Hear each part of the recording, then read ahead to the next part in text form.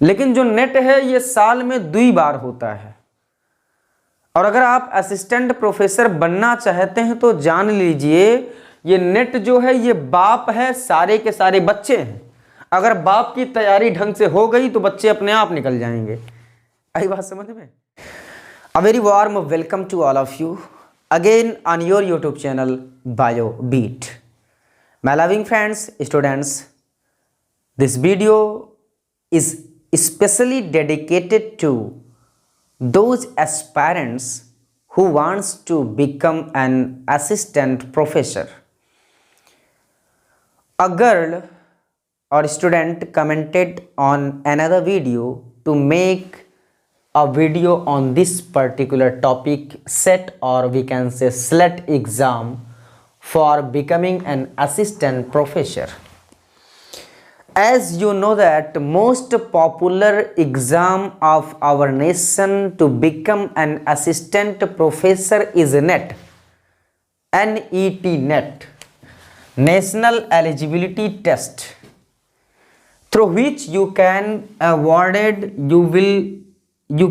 find 2 types of award by cracking NET. First is NET LS and second is NET JRF. NET LS means you are eligible for lecturership, means you can become an assistant professor in universities or colleges. And this exam also conducted for assistant professor, SET or we can say SLET. Both names are alternative for only one type of exam. So what is the basic difference between SET and NET? Firstly, you have to clear that SET and SLET are same. These are common name of same exam. SET and NET is totally different. Yes, totally different. Because by cracking NET, you can become assistant professor in any state, in any college, UGC recognized university or college.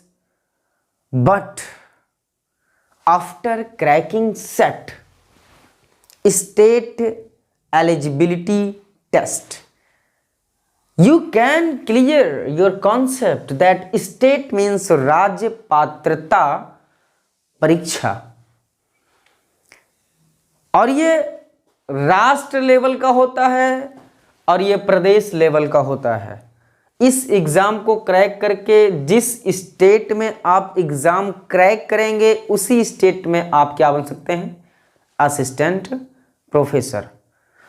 और net qualify करके आप पूरे भारत में किसी भी कोने में जाके किसी भी कॉलेज में एज अ वेरीफाइड टीचर और we can say assistant professor आप टीच कर सकते हैं।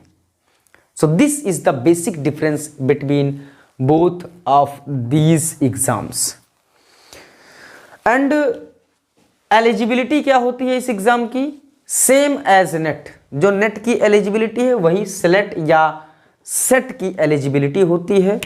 आप मास्टर्स हो, 55% हो मिनिमम, और in which state you can apply. Actually सारे प्रदेश ये स्टेट लेवल का एग्जाम कंडक्ट नहीं करवाते हैं। 10 से 15 स्टेट हैं जो कंडक्ट करवाते हैं स्टेट लेवल का एग्जाम, सेट या स्लेट। और कुछ स्टेट तो ऐसे हैं जो 4 साल 5 साल में फकत एक बार एग्जाम करवाते हैं, 10-10 साल तक एग्जामों नहीं करवाते हैं। लेकिन जो नेट है ये साल में 2 बार होता है। और अगर आप असिस्टेंट प्रोफेसर बनना चाहते हैं तो जान लीजिए ये नेट जो है ये बाप है, सारे के सारे बच्चे हैं। अगर बाप की तैयारी ढंग से हो गई तो बच्चे अपने आप निकल जाएंगे। आई बात समझ में? तो आप तैयारी इसी की करिए, ये सब ऑटोमेटिक निकलते चले जाएंगे। किसी भी स्टेट में जाके आप क्रैक कर पाओगे, बहुत ज़्यादा डिफरेंस नहीं आएगा। और एक बात बता दें कि ये 2 साल 3 साल 4 साल, किसी किसी स्टेट में 5 साल एग्ज़ाम ही नहीं होता है। और ये लगभग 15 स्टेट हैं, मैंने लिखा है, जहाँ पे सेट या स्लेट का एग्ज़ाम कंडक्ट करवाया जाता है। पहला है वेस्ट बंगाल सेट, यानी इसको WB सेट के नाम से जानते हैं। इसको लिखा जा सकता है WB सेट, ऐसे लिखा जा सकता है WB सेट। और जैसे आंध्र प्रदेश सेट, इसको लिखा जा सकता है, यहाँ पे मैंने AP लिखा है, देखो AP सेट, ऐसे। यानी जो यहाँ पे लिखा है मैंने, इधर लिखा है, वो सेट के पहले लगा दोगे, वो एग्ज़ाम का नाम होता है जिस प्रदेश का मैंने लिखा है उस प्रदेश में।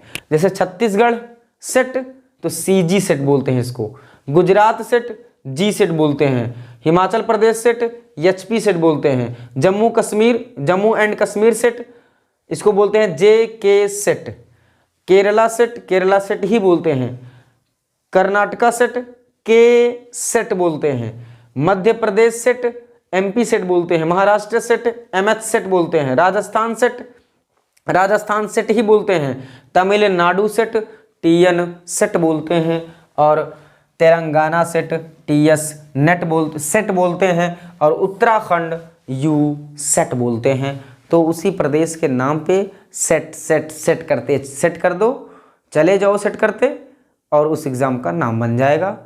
मैं उम्मीद करता हूँ चीज़ें आपको समझ में आई होंगी, और जो चीज़ आपको ना समझ में आई हो आप कमेंट करिए, मैं बिल्कुल आपका उत्तर देने के लिए हाजिर हूँ।